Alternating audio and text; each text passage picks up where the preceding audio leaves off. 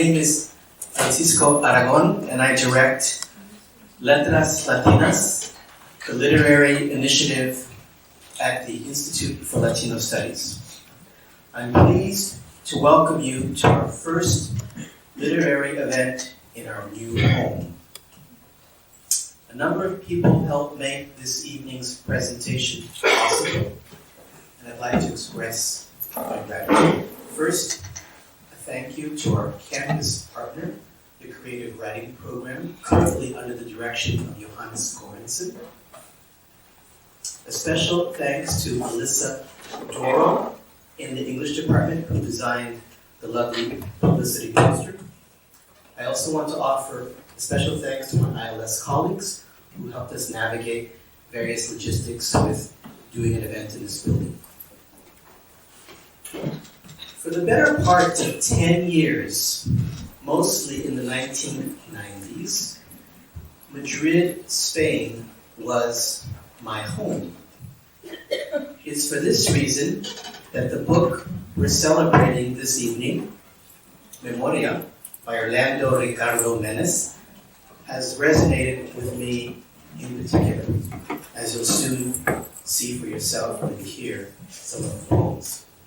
In fact, this past May, Orlando and I had the pleasure of coinciding in the Spanish capital for a poetry festival we both took part in. The person who will be introducing Orlando this evening has also resided in Europe for an extended period of time.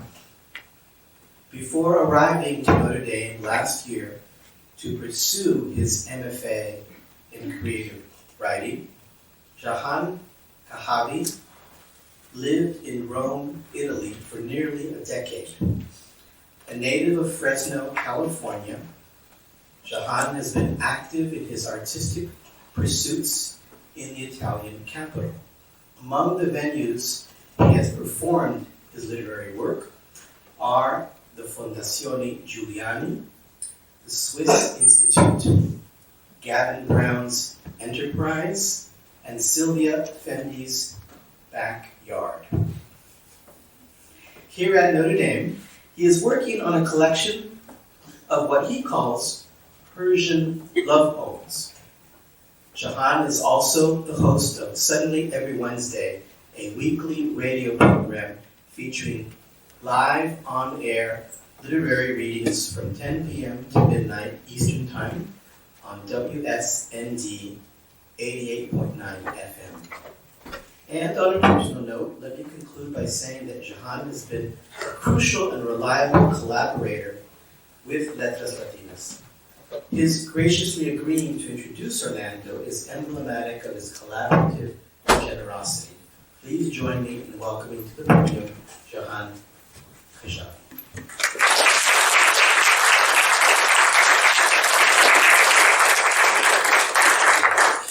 Thank you, Francisco. That was so lovely. I'm absolutely delighted to have been asked to introduce Orlando Ricardo Menes, the poet, on this occasion celebrating the release of his most recent collection, Memoria, from Louisiana State University Press.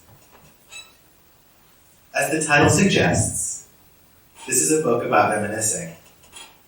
Glancing backwards to the final years of the Francoist dictatorship in Spain, where a teenage boy, born in Peru, the son of Cuban parents, and having also lived in Miami, is the site on which various cultures and idioms mix, if not clash, at a time of fascism, the Vietnam War, and glam rock.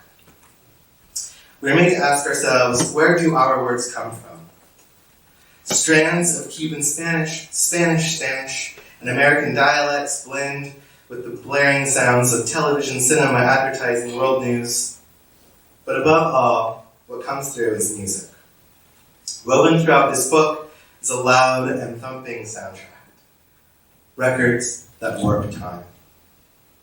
The young poet is drawn to and idolizes the rock and roll heroes of the day, the greatest among them, Reed, whose projections of masculinity combat the traditional Clint Eastwood-type ideal of his immigrant parents. His rebelliousness takes him to the streets and clubs of Madrid, which overflow with wine and pills and smoke, intoxicants typically meant to blur and block the very things that this book remembers.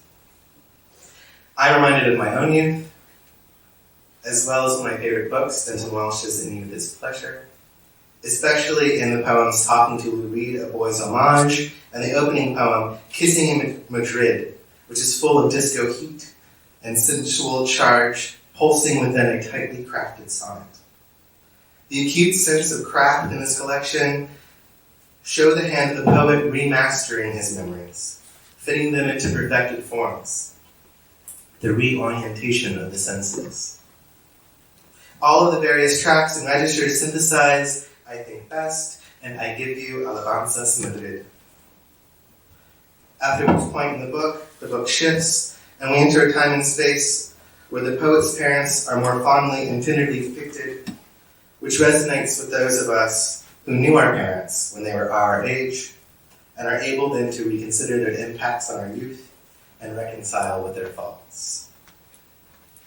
Orlando Ricardo is one of our professors here in the University of Notre Dame's English department, and I have had the privilege to take workshop with him and learn from his attention to the details, the fine details of language. His other collections include Rumba Atop the Stones, Furia, Fetish, and Heresies. Without further ado, Orlando.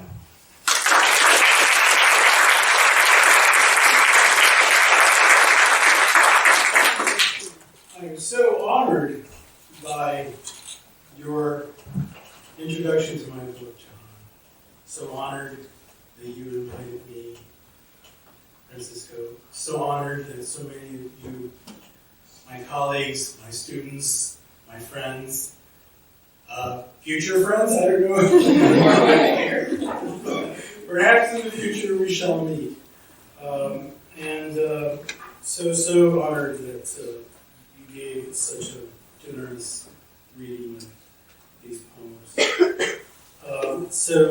What I will do today is start off with Kissing the Trip, as a matter of fact, and then I'll move on to 6 other poems in the collection. And the 3 final poems will be from a new manuscript that I'm currently finishing up. This collection, Moria, has so many pop-inflected, rock-inflected, glam-inflected poems that convey the time. I'm not so comfortable with writing such poems, but I let them be.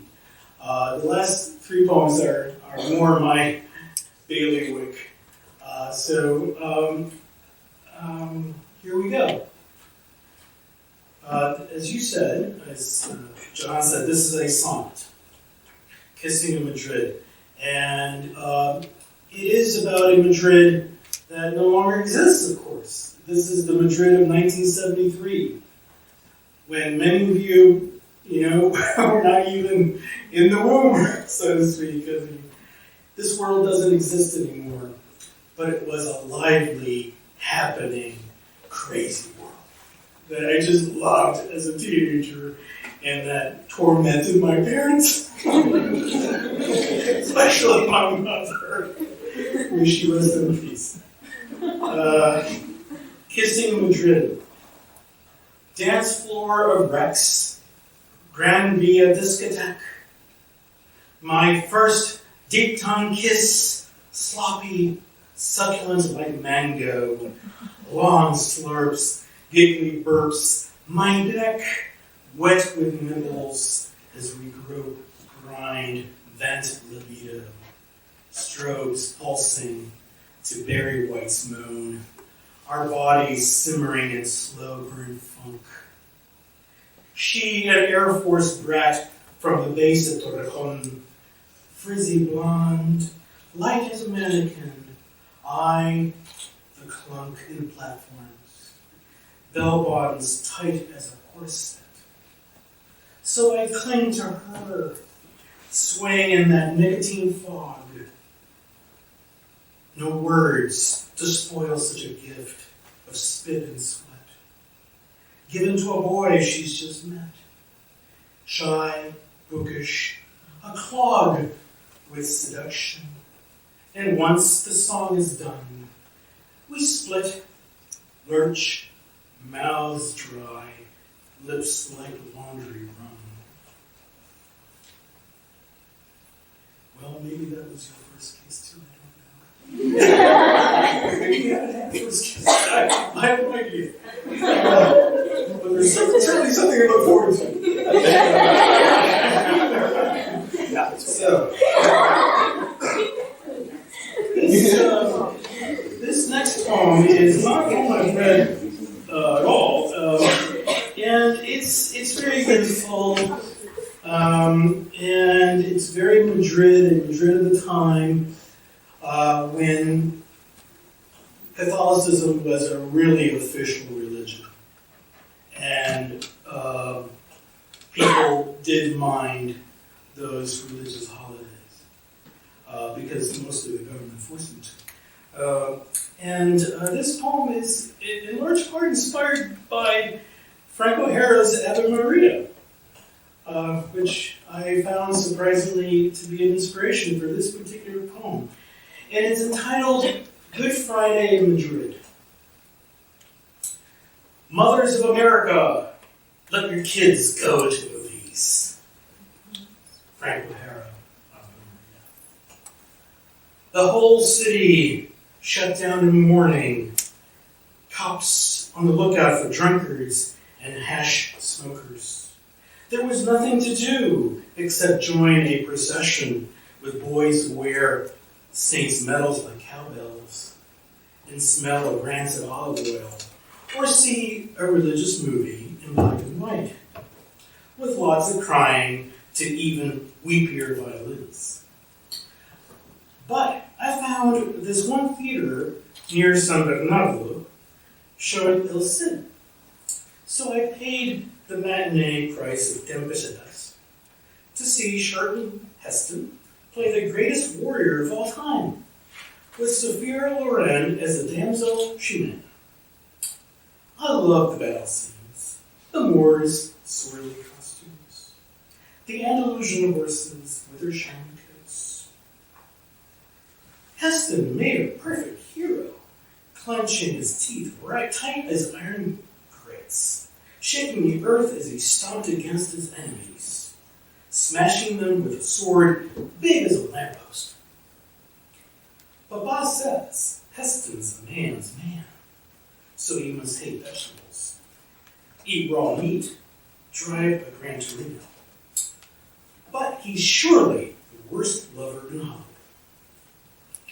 I couldn't believe how he didn't drool at the sight of Sophia Loren, the most beautiful woman in the galaxy. I would have sweated, trembled all over, touching those beige arms, that thick black hair. He was standoffish, stiffer than a rubber mallet, whenever she tried to kiss him. Was it garlic breath? Impossible. I would have stuck my lip to hers with crazy glue, or soldered them together for eternity.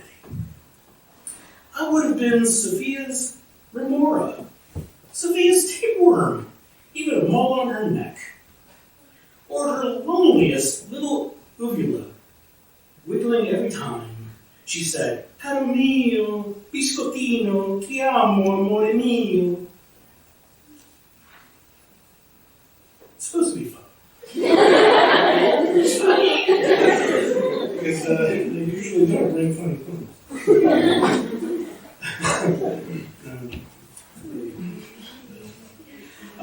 But these are often very good. Because youth is hilarious.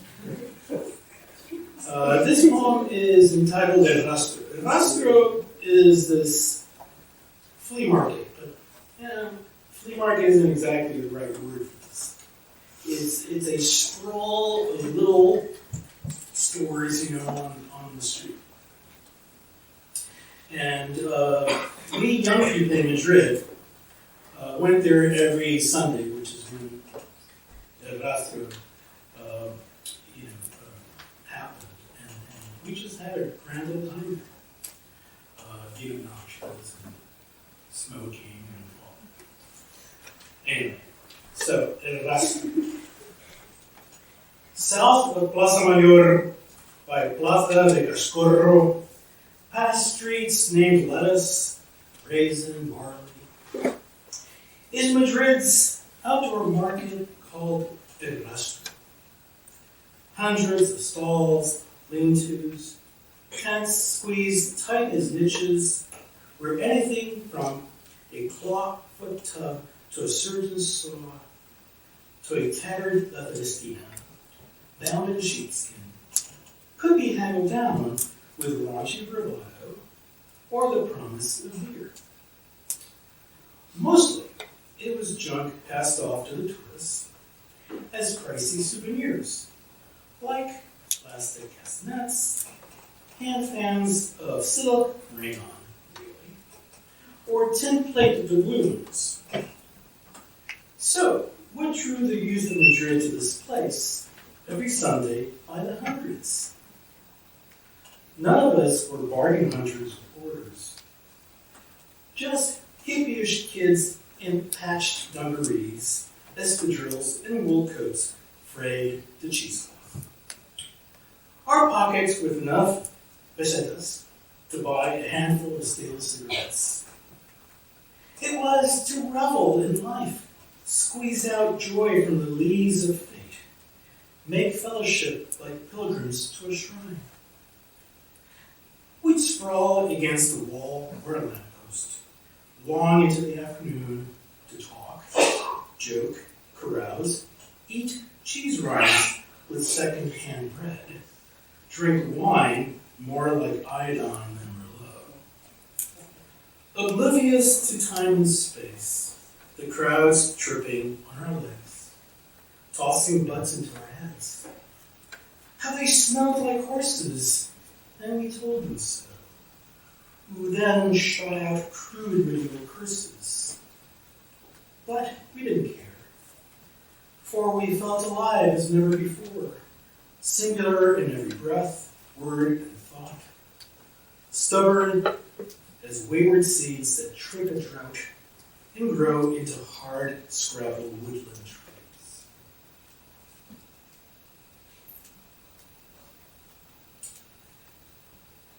We had a lot of fun there. We were all very naughty. So this next poem is meant to give you, to evoke the food of Madrid, the food of Spain, which, you sort of know because of tapas and all that. But this is more the food, that was cooked in the home. And it's called tortilla española, the Spanish omelet. Tortilla española. Not the corn cake, but that thick, round omelet made with potatoes, onions, and olive oil. Extra virgin, because that's how God wants it. Add shrimp, tuna, chorizo, red pimientos for flavor. Not thin and scrawny as in Cuba, Mama said, but a dense wheel of molten yolk, big as a grindstone. Such a staple that all of Spain can be heard whipping eggs at dinner time. Just as our neighbor, Maria Jose, did every night. A mother of 5 boys who taught my mom how to cook it Castilian style in a deep skillet, over a slow gas or a cold flame, knowing when to flip a tortilla on a plate so it doesn't overcook. And the egg foams in its bath of fragrant fat, those diced potatoes glistening like river pebbles. If you've ever been to Spain, you would have seen a tortilla in old bars. They can be huge, and the yolk can run through. This is the food of the typical Spanish family at dinner time. In Spain, the midday meal is the larger meal, not at night. And Spaniards tend to have dinner like around 10 o'clock, 10:30, something like that. And tapas, which you know, that's just bar food. People don't eat tapas at home. I mean, that's not what tapas are for. So now I'm going to jump over to my father. And in Madrid, we had, in our apartment in Madrid, and in Spain, apartments are called pisos. In our piso, we had a large pantry where different foods were kept. And there was this huge ham, Spanish ham, jamón. So it's about that memory of the despensa, but I want to emphasize how these poems of memory are really memories refracted through the imagination. This is not nonfiction, okay? So I want to emphasize that. So my father's pantry. Despensa in Spanish, from dispensus, meaning well apportioned. And yours was copious, Papa. Your inalienable domain where you hung chorizos, dribbling smoky grease. Blood and rice sausages, big as cast iron pipes. Your prize ham, patanera, from those acorn-fed black pigs of Salamanca. A whole leg, coddled for years in salt's sacrament. Mottled skin, supple as bone. Sweet bone to crack for garbanzo stew. How I love the smell of your larder in the morning, sausages pulsing with spice, perspiring paprika. Your lair, your cave, your underworld with charcuterie and Cuban cigars that took on that dry cured taste you cherished as you drank that scotch, which is when you told stories of growing up so poor in Cuba that hairy cracklings were a feast. It is food, you'd say, more than time itself, that heals the pain of poverty. Perhaps that's why you found grace carving ham in its steel rack. Your long, pliant knife slicing off the marbled meat, thin as house. I need to take a drink of water. I'm thirsty. This next poem is also about the kitchen. And my mother and my father are present at home. Again, it's a poem of memory refracted through the imagination. And I'd like to share that this poem was very much inspired by, at least I had that poem in my mind, Elizabeth Bishop's One Heart. This poem is in a form called Rimas Disolutas, which is however many stanzas. For each stanza has to rhyme ABC, or it can be ABCD or whatever. So every stanza rhymes ABC, ABC, ABC, ABC. Okay, so rasp, spoon, and pestle. There were lemons growing old in a clay bowl. A dozen injured pots that wobbled on the stove. White countertops with stains like continents. Mama hid with doilies and patches of an old stove. A small cabinet stowed bottles and jars, or trove of ground spices, dry herbs, heirloom condiments, to enchant croquettes, hors d'oeuvres, fillets of sole, Biscay style.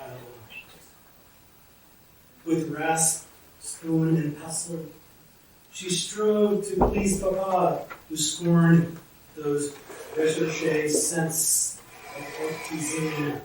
So she fricasseed oxtail in a soulful red sauce, boiled ham hocks, cooked tripe with cloves of garlic, simple, brawny, no buttery ornaments to make him angry. But on Sundays, she'd cajole Papa with sautés, gratins, and soufflés that drove him to beg for seconds, thirds, his taste buds in ferment.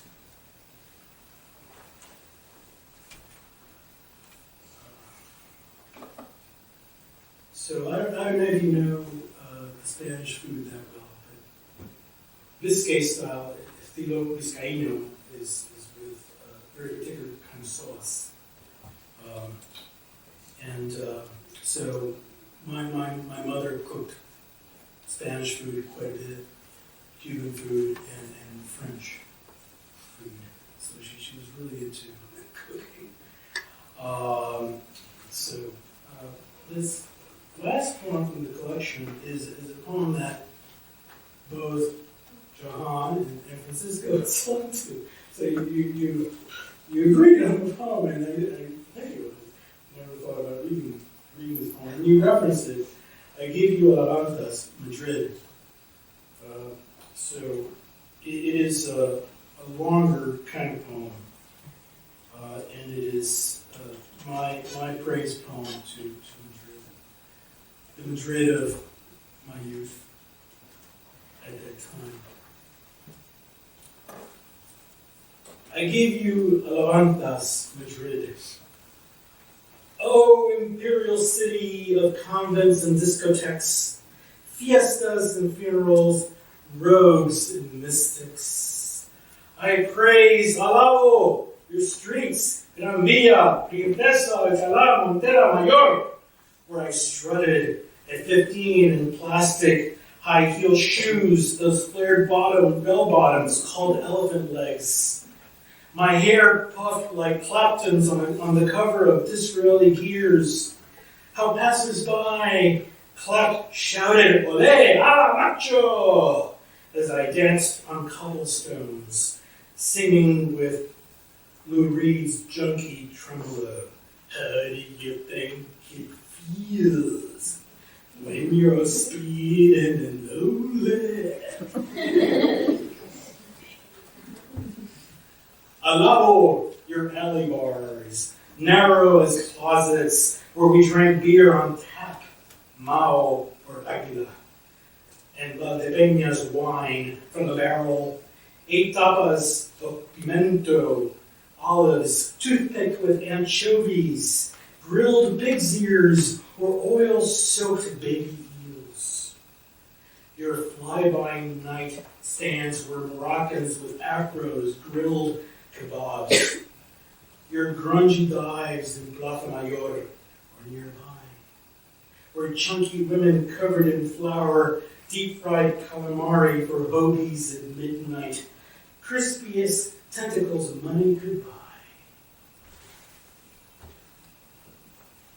Alabo your little boys who sold us squirts of cool water from clay bolijos, those hot afternoons when we could lie down for a siesta on a grassy hill near the river.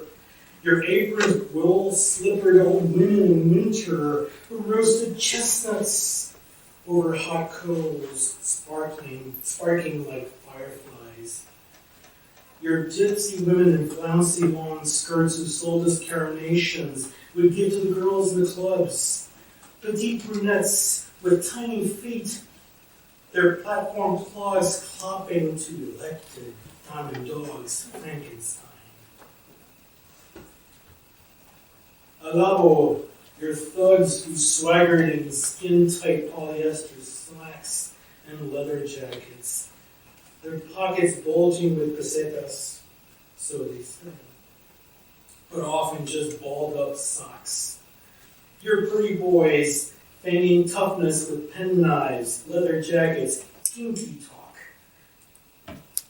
Your short-tempered cleaners who fire hose the desultory streets, night's debris of butts like locust husks, sunflower shells, those curled up subway tickets for rolling up hashish with whatever paper we could find, napkin, butcher, Bible, etc. Alabo your cab drivers who let us jam pack their small sedans on our way to El Rio with its quiet ponds and rose gardens for making out at dusk. Your platoons of drunk soldiers who hugged us as we staggered in the wee hours. Your night watchmen who kept us safe from thieves when we snoozed on benches, waking up the sung pleas of beggars that at first light trudging with a hangover to bars in Puerto del Sol to eat fresh churros dipped in hot chocolate thick as brain. That was Madrid. It really was. I mean, you can still encounter that Madrid, where the food is so important for just being human. We didn't have any technology in those days. I mean, folks, I had a record player this big, okay, that had one speaker. Okay, I heard music on a transistor radio. Okay, I mean,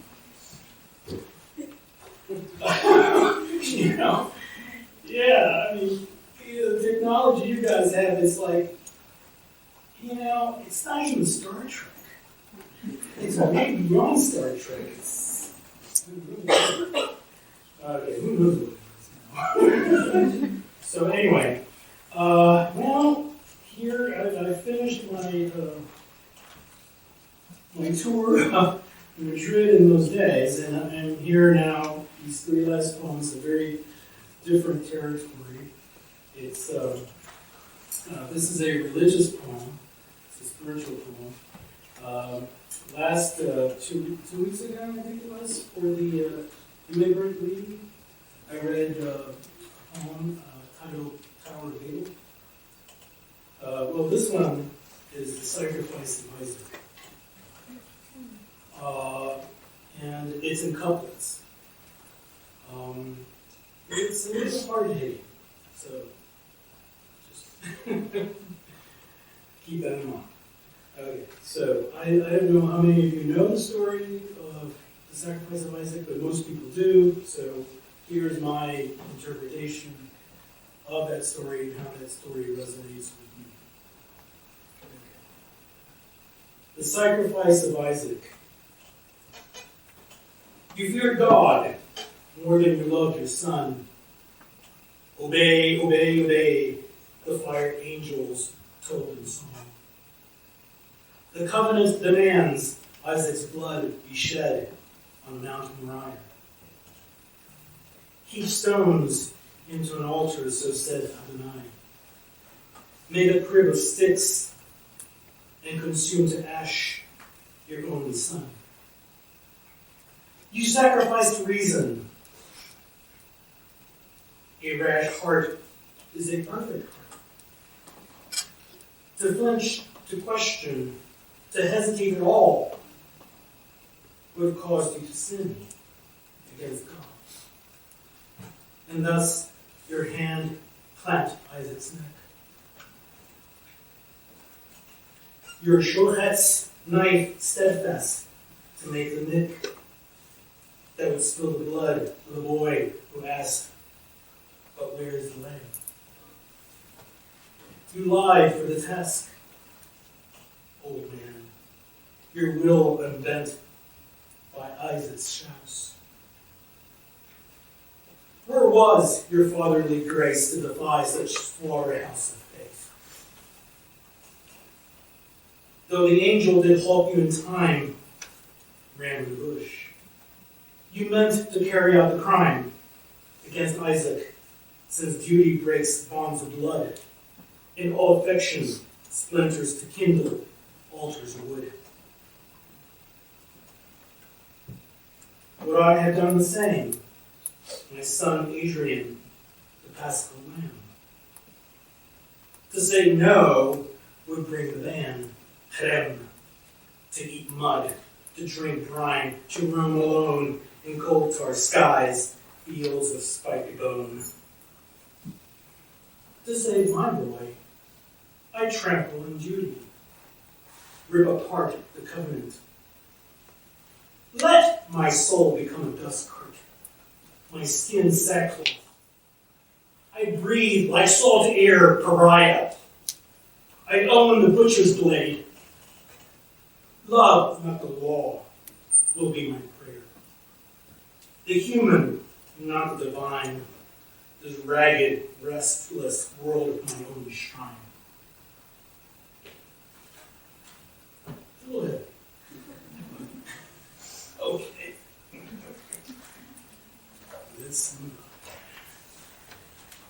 This next poem is about Hart Crane, the poet of Bridge and other poems.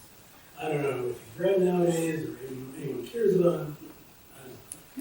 Does anyone care about poets? Period. But anyway, yeah, that's a good question. Why am I writing about Craig? This poem and the next poem are about two poets who influenced me. These are very personal poems about me and these men. Okay? And why am I writing about Crane? Crane is the one American poet with whom I have some community. His style is closer to mine, my Baroque obsessions. And he also, believe it or not, wrote part of the bridge in Cuba. He was living on the Isle of Youth, what today is called the Isle of Youth. In my parents' time, it was called the Isle of Ponce, and it's an island off the main island of Cuba. So he was there. He had a house. His family had a home, and he would spend time there. Usually depressed. Unfortunately, he suffered a lot from depression, and alcohol would, allow him to continue living. In many ways, he was a brilliant poet, but he was an awful human. And I'm very comfortable saying that. After having read two biographies of him. So anyway. So this one is entitled, Hear Me, Hart Crane. It was on a small island in the Gulf of Batabanó that you built your bridge across the East River. Cuba's sun, the furnace that forged steel cables from aerial roots of banyan and strangler fig, innocent ice fog, hail burst, acid snow. Your mind smelted our mangrove nurseries, slabbed our coral beds, drenched our cradles of epiphyte into cantos of manifest destiny. Outside that cluttered study, Kazon of your craft, grew an old mango tree trussed with blue liana, whose vines you plucked to metal iams, till such tender wood could not bear the rack of your industrial ridge plant crew. I cannot blame you, dear heart, for don't we all make art from paradox? I have lived along in the monstrous entrails longer than my feet to know that twisted fate is more a gift than curse. As I did years ago when I wrote my first book, Pure Caribe, Magia y Manigua, No Apologies, in that apartment by Chicago's lake shore, gazing out the window each winter morning to tropicalize snowbanks into coral keys and melt those slush puddles to swamplands, de la rana, el caimán, la judía bonga, el carey. The snow pebbles scattered to the Pleiades, and the trussels of icicle swung like garlands of bougainvillea against tall royal palms I laid from the blizzard-blooded poles. And in the cold wind or in those lake flurries, I'd hear our Ruiseñor trill her cascabel song.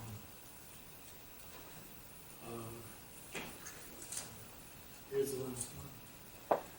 Another poet, Jose de San Lima, a Cuban poet who inspired me.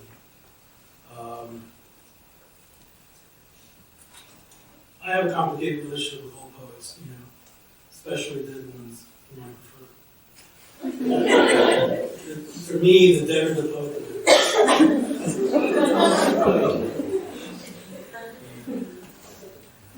better.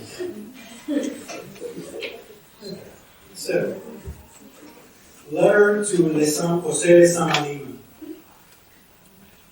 He was known as a neo-Baroque poet. Just for you to know.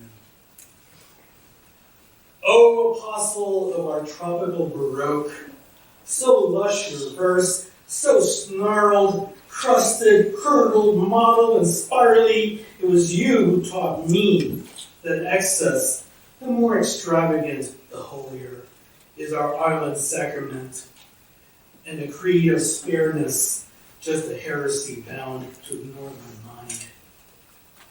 Ay de Samamio, poeta de poetas. I heard your call in the rummed rivulets of jasmine nights and nona days. Seek out our splurging sun, heed our fecund heat, soak in the placental rains that bless our Antilles with a reckless greenness. And only then can you see Habaneras as ochre-fingered, tamarind-toed, ackee-eyed, with little guava mouths that froth meringue when the sun goes down and hummingbirds swarm. They stroll with danzón shimmies, those long esplanades of soursop foam along a coconut bay. They twirl banana skin parasols that sieve sunlight into aureoles. Their little cinnamon dogs chew on marzipan bones. How absurd, the penny-pinching realist might say, she who reads poetry like an actuary table and commands that I be true as a T-square or a compass. She hates dreams, ideals, curves, the ampersand. She is the angel of order in a world graced by disorder. She haunts us as judge, inquisitor, reason's enforcer, who demands that all paradoxes be seized at the border, then put into stocks beneath the syllogistic tree. That every carefree trope be corralled into dungeons of dogma, because the imagination, when unrestrained, leads to chaos. I hear your murmur and see cadence. I hear your murmur and see cadence echo. What is reality but the tyrant that torments our heart, the cudgel and lash that beat out wind and reverie? Blessed Lesama, I believe in your gospel of the Baroque, the fire of your candle tree when the wind is wet, the blood of your banana blossom